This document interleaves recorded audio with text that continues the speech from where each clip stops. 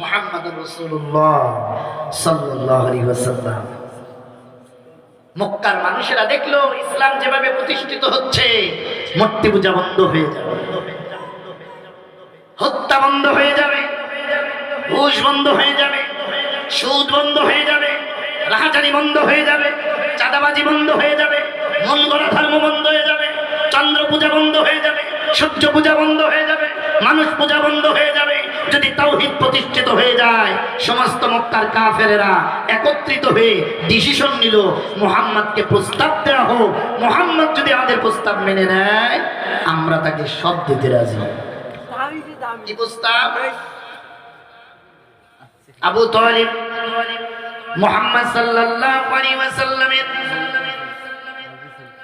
সবচাইতে নিকটতম ব্যক্তি। তৎকালীন সময় মক্কার কাফেরেরা জানে মুহাম্মদকে যদি আক্রমণ করা হয় আবু তালিব সবার সামনে দাঁড়িয়ে যাবে, সবার আগে দাঁড়িয়ে যাবে। যদি তোমরা মুহাম্মদকে আক্রমণ করতে চাও সর্বপ্রথম আবু তালিবকে আক্রমণ করা লাগবে। সুবহানাল্লাহ।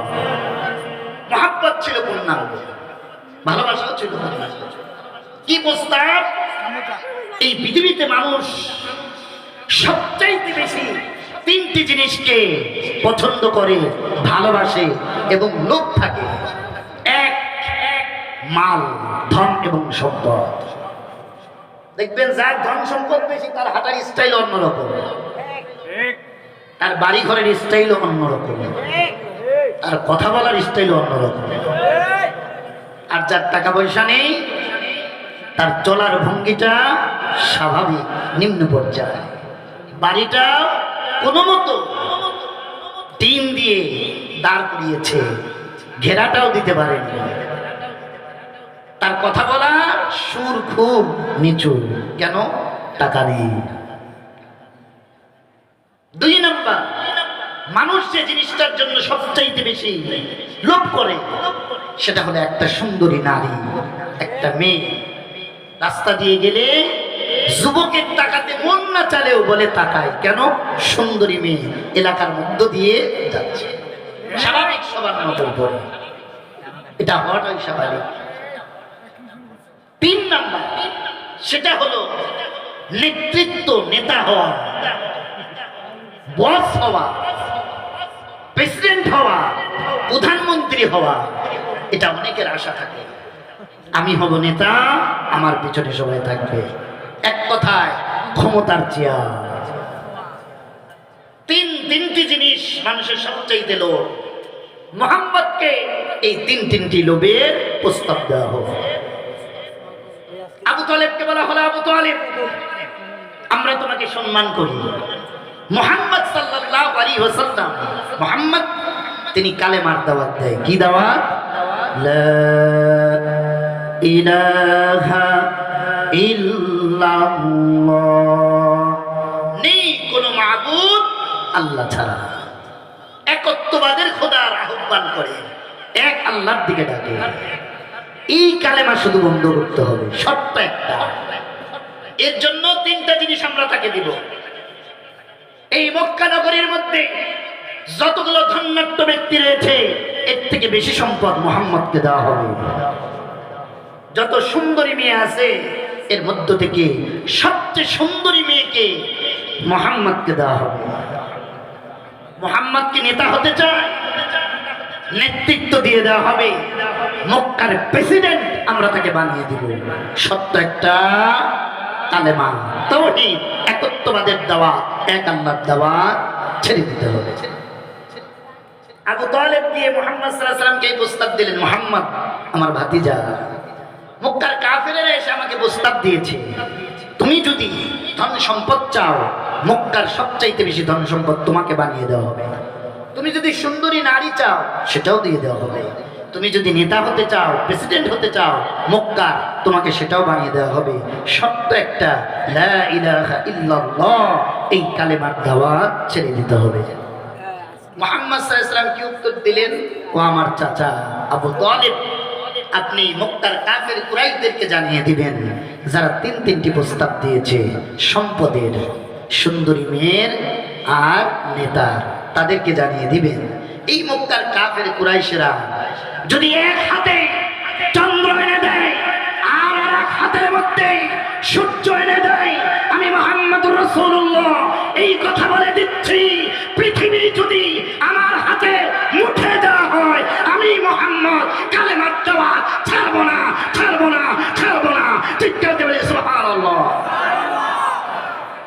নারায়ে তাকবীর বাড়িতে গিয়ে বলিয়েন, নারায়ে তাকবীর, নারে রিসালাত, আহলে সুন্নাত ওয়াল জামাত। এর মানে কি বোঝা গেল? কোন মুসলমানকে টাকা দিয়ে, নারী দিয়ে, ক্ষমতা দিয়ে ঈমান মুসলমানের কলব থেকে কিয়ামত পর্যন্ত কেউ কিনে নিতে পারবে না। মুসলমান ঈমান বিক্রি করে না, মুসলমান ঈমান নিয়ে মৃত্যুবরণ করে জান্নাতে যায়, জান্নাতে যায়, জান্নাতে যায়। চিৎকার দিয়ে বলি সুবহানাল্লাহ। আজকে সেই কালেমা আমরা পড়ে মুসলমান হয়েছি, আমরা ভাগ্যবান কি ভাগ্যবান নই? নিঃসন্দেহে পুরো পৃথিবী যদি একদিকে হয়, ইসলাম যদি একদিকে হয়, ইসলাম আমার কাছে সবচেয়ে বড় মূল্যবান সম্পদ। কেন? আল্লাহর রাসূল বলেন, মান ক্বালা লা ইলাহা ইল্লাল্লাহ ফাদাখালাল জান্নাহ। ও মানুষেরা, তোমরা জেনে নাও, পুরো কুল কায়নাতের মানুষ জেনে নাও, আমি মুহাম্মদুর রাসূলুল্লাহ তোমাদেরকে বলে দিয়ে যাই, যদি তোমরা তোমাদের জবান দিয়ে লা ইলাহা ইল্লাল্লাহ মুহাম্মাদুর রাসূলুল্লাহ এই কালেমা তোমরা পড়তে পারো, আর তোমরা বিশ্বাস স্থাপন করতে পারো, আর এই ঈমান নিয়ে যদি তোমরা মৃত্যুবরণ করতে পারো, কাল কিয়ামতের মাঠে চিরস্থায়ী দুটি জায়গা, একটি হলো জান্নাত আর একটি হলো জাহান্নাম। আমার আল্লাহ রাব্বুল আলামিন এই কালেমা পড়ে ঈমান আনার কারণে আর ঈমান নিয়ে মৃত্যুবরণ করার কারণে কাল কিয়ামতের মাঠে আমার আল্লাহ চির শান্তির জায়গা ওই জান্নাতের মধ্যে তোমাকে একদিন না একদিন প্রবেশ করাবে। বলি সুবহানাল্লাহ। আপনার শাস্তি পাপের জন্য কি হবে? হবে ঈমান নিয়ে মৃত্যুবরণ করার কারণে আপনি একদিন জান্নাতে প্রবেশ করবেন। আর সেই ঈমানের, সেই কোরআনের, সেই ইসলামের মাহফিলের মধ্যে আজকে আমরা, এই কারণেই আমরা বলি ভাগ্যবান। আবারও বলি আলহামদুলিল্লাহ। এই পৃথিবীতে আল্লাহ তাআলা কোরআন নাযিল করে দিলেন মানুষের হেদায়েতের জন্য। এই কোরআনের মধ্যে কি নেই? এই কোরআনের মধ্যে সবকিছু আল্লাহ দিয়ে দিলেন। এই কোরআনের মধ্যে পারিবারিক, সামাজিক, রাষ্ট্রীয়, ব্যক্তিগত সমস্ত কিছুই আছে। এমনকি এই কোরআনের মধ্যেই আল্লাহ বলে দিয়েছেন মা বাবার হক কি হবে, মা বাবার খেদমত কি হবে, মা বাবার সঙ্গে তুমি কেমন আচরণ করবে, এটাও আমার আল্লাহ কোরআনের মধ্যেই বলে দিয়েছেন। বলি সুবহানাল্লাহ। আল্লাহ রাসূল সাল্লাল্লাহু আলাইহি ওয়াসাল্লাম তিনার নিকটে একজন সাহাবী এসে বললেন, ইয়া রাসূলুল্লাহ সাল্লাল্লাহু আলাইহি ওয়াসাল্লাম, এই দুনিয়াতে কার বেশি সেবা করা প্রয়োজন, কার রেজামন্দি হাসিল করা প্রয়োজন আল্লাহ এবং রাসূলের পরে? এই দুনিয়াতে আমি কার বেশি হক আদায় করব? আল্লাহ রাসূল সাল্লাল্লাহু আলাইহি ওয়াসাল্লাম বললেন, উম্মুকা, তোমার মায়ের সেবা যত্ন করবে, খেদমত করবে। বলে সুম্মা, এরপরে কে? বলে উম্মুকা, মায়ের খেদমত। এরপরে সাহাবী আবার বললেন সুম্মা, আল্লাহ রাসূল বলেন উম্মুকা, মায়ের খেদমত। সাহাবী আবার বলে ইয়া রাসূলুল্লাহ সুম্মা, আমার রাসূল বলেন আবুকা, তোমার বাবার খেদমত। বলে সুবহানাল্লাহ। আল্লাহর রাসূল কেন বললেন তিনবার উম্মুকা, উম্মুকা, উম্মুকা? তিনবার বলেছেন মায়ের কথা, একবার বলেছেন বাবার কথা। তার কারণ আল্লাহর রাসূল আমাদেরকে ব্যাখ্যা করে দিয়েছে। তিনটি কারণে মায়ের কথা বলেছেন তিনবার। এর মানে বাবাকে ছোট করা হয়েছে তা নয়। মা এবং বাবা উভয়জন সন্তানের কাছে সবচেয়ে মূল্যবান সম্পদ। বলি সুবহানাল্লাহ। নম্বর কারণ হলো আল্লাহর রাসূল বলেন হামিলাতুম উম্মুকা, তোমার মা তোমাকে গর্ভে ধারণ করেছে, কিন্তু বাবা কোনোদিন সন্তান গর্ভে ধারণ করতে পারে না। একটা সন্তান পেটে নিয়ে একটা মায়ের 10 মাস 10 দিন চলা কি সামান্যতম কথা? রাত্রির বেলায় সন্তান পেটের মধ্যে লাথি মারে, মা ঘুমাতে পারে না, এক কাঁধ হয় আবার এক কাঁধ হয়ে যায়। মা এই সন্তানকে নিয়ে বাথরুমও করতে হয়, মা এই সন্তানকে নিয়ে হাঁটবে, তাও সন্তানকে পেটে নিয়ে যেতে হয়। মা একটু খাবার খাবে, তাও সন্তানকে নিয়ে খাবার খেতে হয়। মা যখন সন্তান ভূমিষ্ঠ হয়ে যায়, সন্তান দুনিয়াতে আসার আগে বমি বমি ভাব থাকে, মা সমস্ত কিছু খেতে পারে না, পা গুলো ফুলে যায়, হাতগুলো ফুলে যায়, শরীরগুলো দুর্বল হয়ে যায়। মার এমন একটা পর্যায়ে চলে যায়, এই সন্তান নিয়ে 10 মাস 10 দিন চলাতে এত কষ্ট হয়ে যায়। মায়ের পরেও বলতে থাকে আল্লাহ, আমার এই পেটের সন্তান যতই কষ্ট হোক না কেন, সন্তান যেন সহি সালামতে দুনিয়াতে আসে। আল্লাহু আকবার। একে বলে মা। মা গর্ভে ধারণ করে। এই কারণে আমি 1 নম্বরে বলেছি উম্মুকা, যেটা তোমার বাবা কোনোদিন করতে পারবে না। বাবা কোনোদিন সন্তান ধারণ করতে পারে না। আমার আল্লাহ শুধুমাত্র মায়ের জন্য খাস করে দিয়েছেন, সন্তান যতই কষ্ট দিক এরপরেও মা বলে আমি গর্ভবতী হব। বলে সুবহানাল্লাহ। 2 নম্বর কারণ, আমাদের শরীরের মধ্যে পেইন হয়, ব্যথা হয়। আমাদের যে হাড্ডিগুলো আছে, যদি ডান পাশের 12টা হাড্ডি ভেঙে যায়, আমাদের পেইন হবে 45, এর বেশি নয়। এর চেয়ে যদি আরেকটু বেশি ভাঙে তো আর আমরা ব্যথা সহ্য করতে পারবো না। একজন মা যখন প্রসব করে সন্তান জন্ম দেয়, এই মায়ের পেইনের ব্যথার স্পিরিট থাকে 55, যা একজন মানুষ কোনোদিন ধৈর্য ধারণ করতে পারে না। একমাত্র আল্লাহর কুদরতি ক্ষমতায় আল্লাহ রাব্বুল আলামিন ওই মাকে এই ক্ষমতা দিয়ে দেয়, শক্তি দিয়ে দেয়, পাওয়ার দিয়ে দেয়। এরপরেও মা বলে আমি সন্তানকে প্রসব করব আমার আল্লাহর রহমতে। বলি সুবহানাল্লাহ। একজন মানুষ জিহাদে গেলে দেখবেন ফিরে আসলে তাকে বলে গাজী, আর যদি মরে যায় বলে শহীদ। আল্লাহ রাসূল বলে, যদি কোনো মা প্রসব করার সময়, সন্তান ভূমিষ্ঠ হওয়ার সময় যদি ওই মাটা ওই যন্ত্রণায় ওই কষ্টে ইন্তেকাল করে, আমার আল্লাহ শহীদি দরজায় তার মৃত্যু দিয়ে দেন। বলি সুবহানাল্লাহ। একজন মা এই কষ্ট করে যেটা একজন বাবা করে না। তো আল্লাহ রাসূল বলতেছেন, এই ব্যথা সহ্য করার কারণে আমি মায়ের কথা বলেছি 2বার উম্মুকা।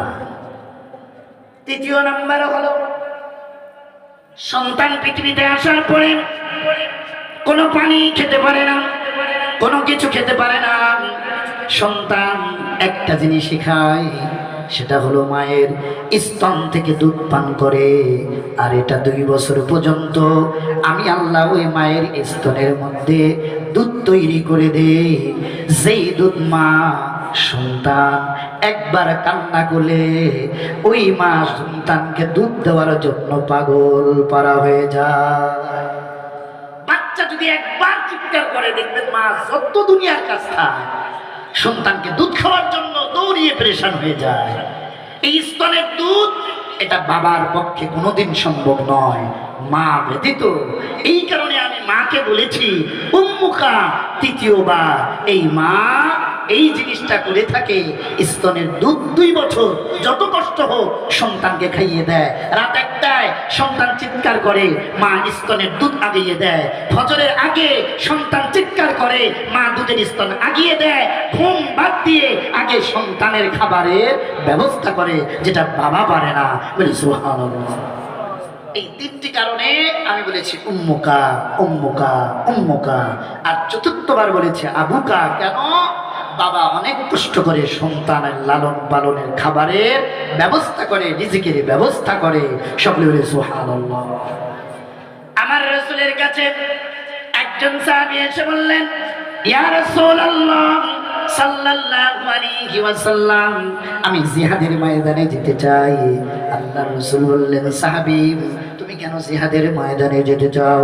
বলে, ইয়া রাসূলুল্লাহ জিহাদের ময়দানে এই কারণে যেতে চাই, যদি আল্লাহর জন্য দিন কায়েম করার জন্য আমার জানটাকে উৎসর্গ করতে পারি, আমার আল্লাহ কাল কিয়ামতের মাঠে সবচেয়ে শান্তির জায়গা জান্নাত রেখে দিয়েছে। বলি সুবহানাল্লাহ। আর যদি ফিরে আসি আমাকে বলবে গাজী। আল্লাহ রাসূল বললেন, হাল হায়াতুকা উম্মুকা, তোমার মা কি জীবিত? বলে, নাম, আমার মা জীবিত। আল্লাহ রাসূল বললেন, যুবক সন্তান, তুমি জান্নাত খুঁজতেছ, যুদ্ধের ময়দানে গিয়ে তরবারি চালাতে হবে। এরপরে যদি তুমি শহীদ হও তাহলে বিনা হিসেবে জান্নাত পাবে। আমি রাসূল তোমাকে একটা পদ্ধতি বাতিয়ে দেই, যুদ্ধের ময়দানে যেতে হবে না, তরবারিও চালাতে হবে না, তুমি তোমার ঘরের মধ্যে ফিরে যাও। বলে, ঘরে যাই কি করবো ইয়া রাসূলুল্লাহ? বলে, তোমার মা যিনি বৃদ্ধ বয়স্ক, এর তুমি খেদমত করো, সেবা যত্ন করো। তোমার জান্নাত আমার আল্লাহ তোমার মায়ের পায়ের নিচেই রেখে দিয়েছে। চিৎকার করে বলি সুবহানাল্লাহ। আল জান্নাতু তাহতা আকদামিল উম্মাহাত, সমস্ত মায়ের পায়ের নিচে আল্লাহ জান্নাত রেখে দিয়েছে। বলি সুবহানাল্লাহ। নবিউল্লাহ মুসা আলাইহিস সালাম আল্লাহর কাছে বললেন, আল্লাহ আমি হলাম নবী, আমি হলাম রাসূল, আমি একটু জানতে চাই, আমি নবী রাসূল মুসা আলাইহিস সালাম, আমার সঙ্গে জান্নাতে কে থাকবে? আল্লাহ বলেন, একজন কসাই। মুসা আলাইহিস সালাম অবাক হয়ে গেলেন, কসাই? আমি তো ভেবেছি কোন তাহাজ্জুদ গুজার ব্যক্তি, আমি ভেবেছি কোন সারা রাত কোরআন পড়া ব্যক্তি, নফল নামাজ পড়া ব্যক্তি।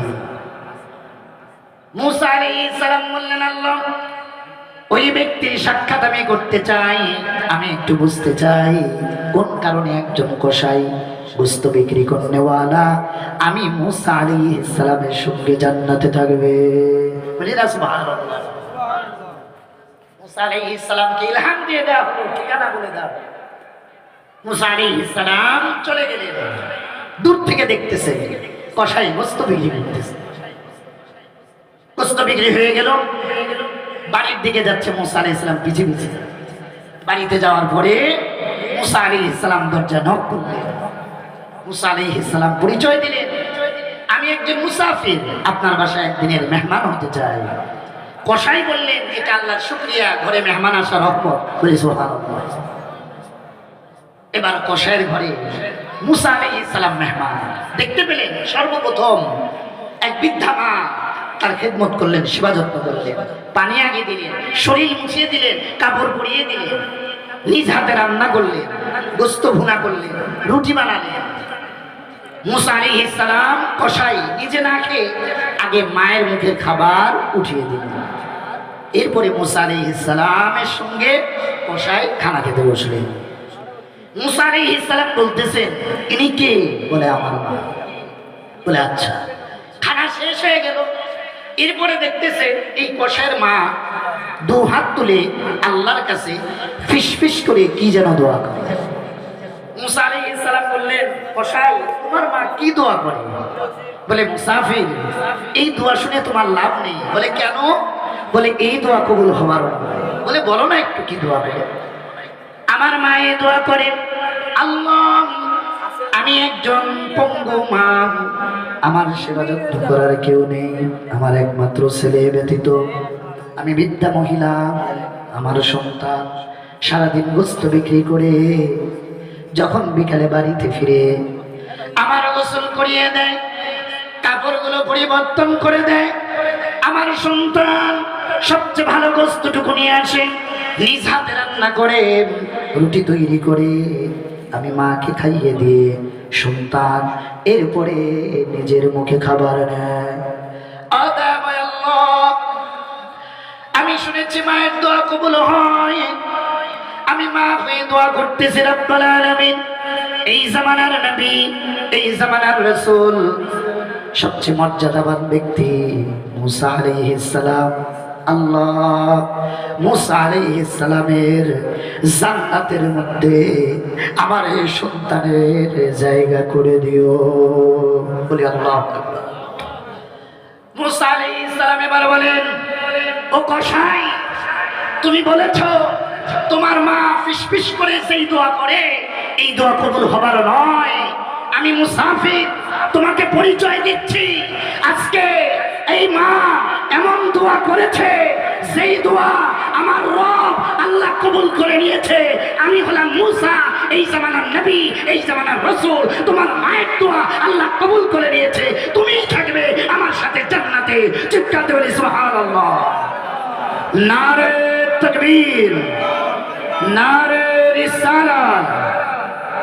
মা যাদের ঘরে জীবিত, আল্লাহর দোহাই লাগে মায়ের সঙ্গে কোরআনের ভাষা মোতাবেক উফিন তথা উঁচু আওয়াজেও কথা বলো না, মাকে কষ্ট দিও না। হুমা জান্নাতুকুমা, তোমার মা বাবাই হলো তোমার জন্য জান্নাত। হুমা নারুকুমা, তোমার মা বাবাই হলো তোমার জন্য জাহান্নাম। তিনজন ব্যক্তির দোয়া মুস্তাজাবুদ দাওয়া, তিনজন ব্যক্তির দোয়া আল্লাহ ফিরিয়ে দেন না। এক নম্বর মাজলুম। আমাদের দেখবেন সমাজে গ্রামে আইল কাটতে কাটতে আপনার জমিন আমার জমিন পাশাপাশি, আমার জমিনের মধ্যে চলে আসছে, তাও আইল কাটা শেষ হয় না। আছে কি নাই? আছে। ঠিক একইভাবে বোনের জায়গা নিজের নামে করে নিয়েছে। আছে কি নাই? আছে। একজন মানুষ অন্যায় করে নাই, মিথ্যা কেস দিয়ে দিয়েছে। আছে কি নাই? আছে। এই যার বিরুদ্ধে মিথ্যা কেস দিল, যার জায়গা অন্যায় ভাবে নিল, এই ব্যক্তি জালেম। আর যার উপরে এই জুলুম করা হলো একেবারে হয় মাজলুম। এ যখন দোয়া করে বলে, আল্লাহ আমার ভাই আমার জায়গা নিয়েছে, তুমি আর বিচার করিও, আল্লাহ এই দোয়া কবুল করেন। বলি সুবহানাল্লাহ। দুই নাম্বার মুসাফির। যেমন আমি সফরে আছি, মুসাফির যারা দিনের জন্য বেরিয়েছে, এরা যখন দোয়া করে আল্লাহ দোয়া কবুল করেন। আজকের এই মাহফিলে আখেরি দোয়া হবে। আপনারা কি চান না আপনাদের দোয়া কবুল হোক, আপনাদের গুনাহ মাফ হোক, জাহান্নামের আগুন থেকে মুক্তি পান, রাসূলের শাফাত পেয়ে জান্নাত পান? আপনারা চান কি চান না? তাহলে আমরা শেষ মুহূর্তে আখেরি মুনাজাত পর্যন্ত থাকবো। বলি ইনশাআল্লাহ। কতদিন আমরা আড্ডায় কাটিয়েছি, কতদিন গল্প গুজবে, তার হিসাব নেই। আজকে তো আল্লাহ সুযোগ করে দিয়েছে, এই সুযোগ আর নাও পেতে পারি। আল্লাহ কবুল করুন, বলে আমিন।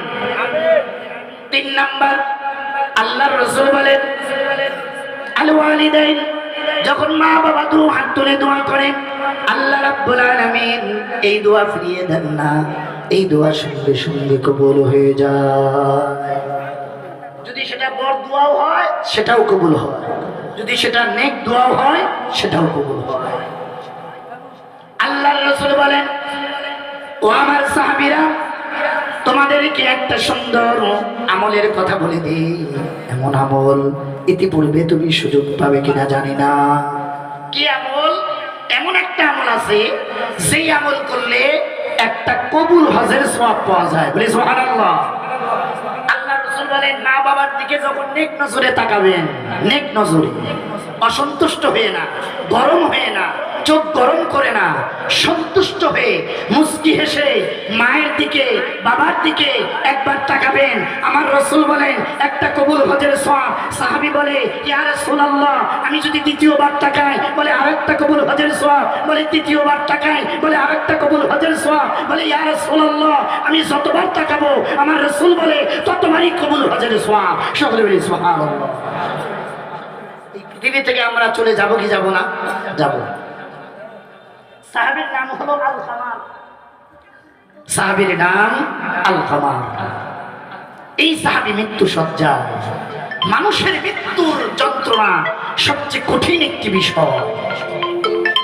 আল্লাহর রাসূল বলেন, যখন সাকারাতুল মাউত মানুষের কাছে শুরু হয়ে যায়, মুহাম্মাদুর রাসূলুল্লাহ সাল্লাল্লাহু আলাইহি ওয়াসাল্লাম যখন মৃত্যু সজ্জায়, মালাকুল মউত আজরাইল আলাইহিস সালাম তিনার হাতটাকে আমার রাসূলের বুকের উপরে রেখেছে।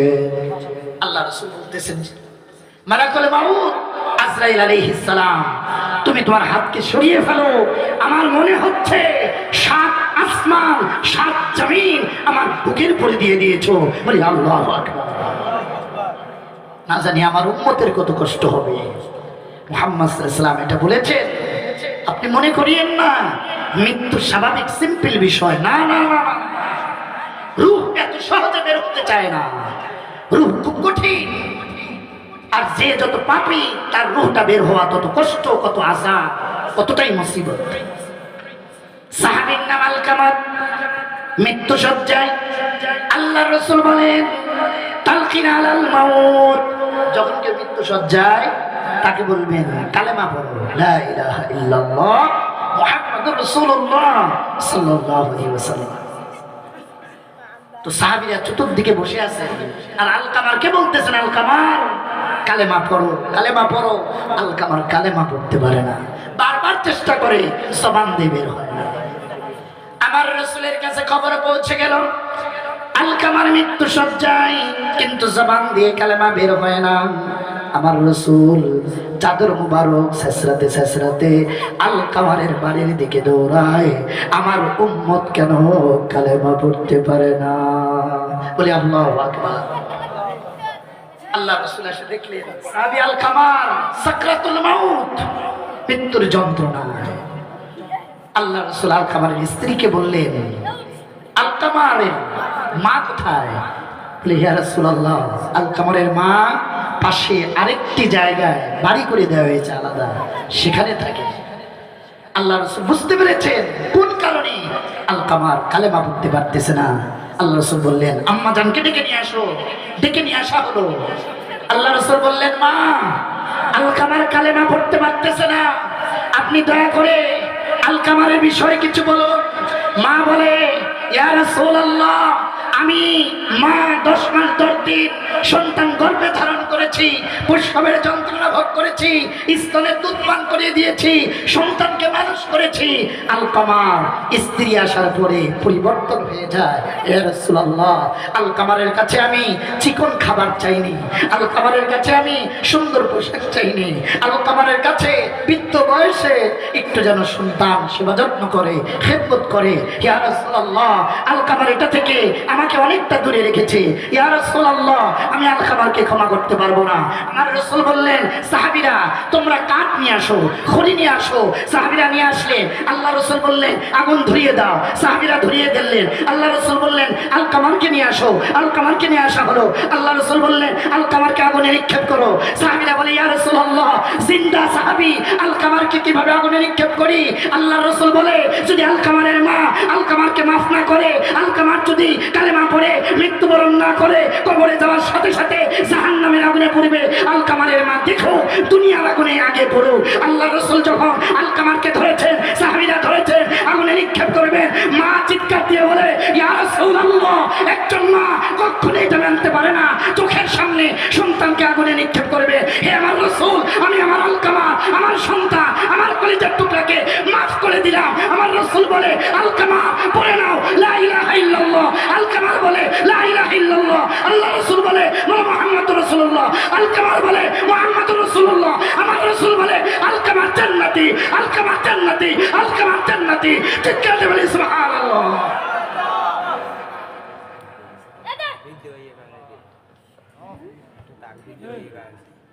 মায়ের দোয়ার বদলতে একজন সন্তান ঈমানের উপর মৃত্যুবরণ করে, এর থেকে বড় নিয়ামত আর কি হতে পারে? এই সন্তান, এই সন্তানের দোয়া তখন কাজে লাগবে যখন সন্তানটা দিনদার হবে, মুত্তাকি হবে, পরিষ্কার হবে। আল্লাহ রাসূল সাল্লাল্লাহু আলাইহি ওয়াসাল্লাম বলতেছেন, ইজা মাতাল ইনসানু ইনকাতা আনহু আমালুহু ইল্লা সালাসা, যখন কেউ ইন্তেকাল করে, মৃত্যুবরণ করে, তার সমস্ত আমলের দরজা আল্লাহ বন্ধ করে দেন তিনটি দরজা ব্যতীত। বলি সুবহানাল্লাহ। কয়টি দরজা? তিনটি দরজা। আলোচনা লম্বা করবো না, এই তিনটি দরজা দিয়েই শেষ করবো খুব সঠিক। শেষে আজকে এমন একটা আমল দিব, যেই আমল করলে আপনি এক খতম কোরআন পড়ার সওয়াব পাবেন। বলি সুবহানাল্লাহ। আমরা ঈমান আর আমল নিয়ে যাব, বলি ইনশাআল্লাহ। কি নিয়ে যাব?